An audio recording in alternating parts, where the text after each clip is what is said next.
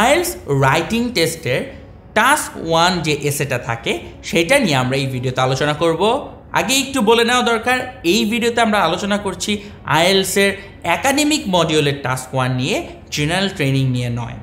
So academic মডিউলের task 1-এ academic graph অথবা চার্টকে ব্যাখ্যা করতে বলা হয়ে থাকে। তার মার্কস থাকে পুরো পরীক্ষা 33%, সময় থাকে পুরো পরীক্ষার 33%, মানে হচ্ছে পুরো পরীক্ষাটা 1 ঘন্টার হলে তার 33% হয় 20 মিনিট, এবং ওয়ার্ড লিমিট হচ্ছে ন্যূনতম 150 ওয়ার্ড।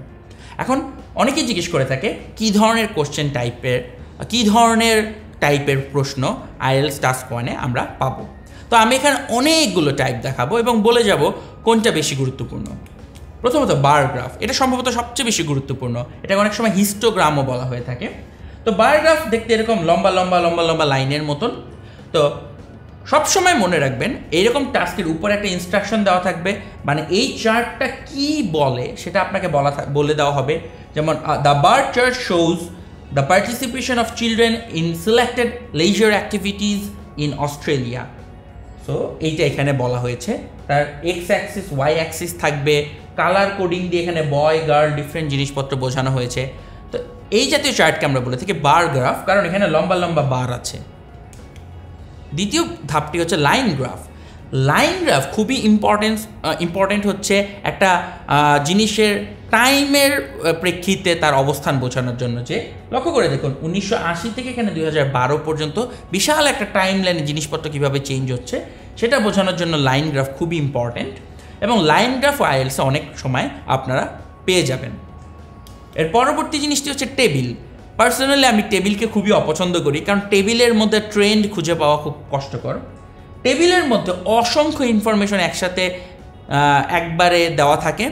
টেবিল থেকে ট্রেন্ড বা জিনিসপত্র বাড়ছে নাকি কমছে খুঁজে পাওয়াটা একটু টাফ, কারণ গ্রাফে তো দেখলেই বোঝা যায় যে গ্রাফটা উপরে যাচ্ছে নাকি নিচে যাচ্ছে, বাট টেবিলে তো সেটা দেখে বোঝা যায় না। তাই টেবিল থাকলে আপনাকে একটু সময় নিয়ে সেই জিনিসগুলো চিন্তা করতে হবে। আমি আমার নিজের আইএলটিএস পরীক্ষাতেও টেবিল জিনিসটা কি আমার টাস্ক 1 হিসাবে পেয়েছিলাম। পাই চার্ট, এটা খুব বেশি আসে না, বাট কখনো কখনো আসতে দেখা যায়। পাই চার্ট হচ্ছে একটা জিনিসের অনেকগুলো ঘটনা থাকলে প্রত্যেকটার নিজের যে পার্সেন্টেজ, সেই পার্সেন্টেজ অনুসারে এরকম একটা পাই হচ্ছে একটা গোল কেকের মতন স্লাইস করা থাকবে। যেই পার্সেন্টেজটা যত বড় তার স্লাইসটাও হবে তত বড়। তাহলে লক্ষ্য করে দেখুন, আপনি যদি একবার পাই চার্টের দিকে তাকান আপনি বুঝে যাবেন কোনটা সবচেয়ে বড়। যেমন এই পাই চার্টে একবার তাকালে বোঝা যায় এই স্লাইসটা সবচেয়ে বড়, এবং এই স্লাইসটা হচ্ছে সাউথ আমেরিকা। তো হোয়াট এভার এখানে আলোচনা করা হচ্ছে, আমি বুঝতে পারছি সাউথ আমেরিকান পার্টিসিপেশনটা ওইখানে ম্যাক্সিমাম। সো পাই চার্টও আমাদের আইএলটিএসের জন্য ইম্পর্টেন্ট। খুব রেয়ার সময় এরকম ডায়াগ্রাম দেওয়া থাকে। যেমন আমরা ছোটোবেলায় পানি চক্র পড়েছি, যে সূর্যের আলোতে পানি বাষ্প হয়ে এখান থেকে যায় মেঘ, তারপরে ঘনীভূত হয়ে বৃষ্টি হয়, বৃষ্টি মাটিতে পড়ে, কিভাবে ঘটনাটা ঘটে পুরো একটা সাইকেল দেখানো।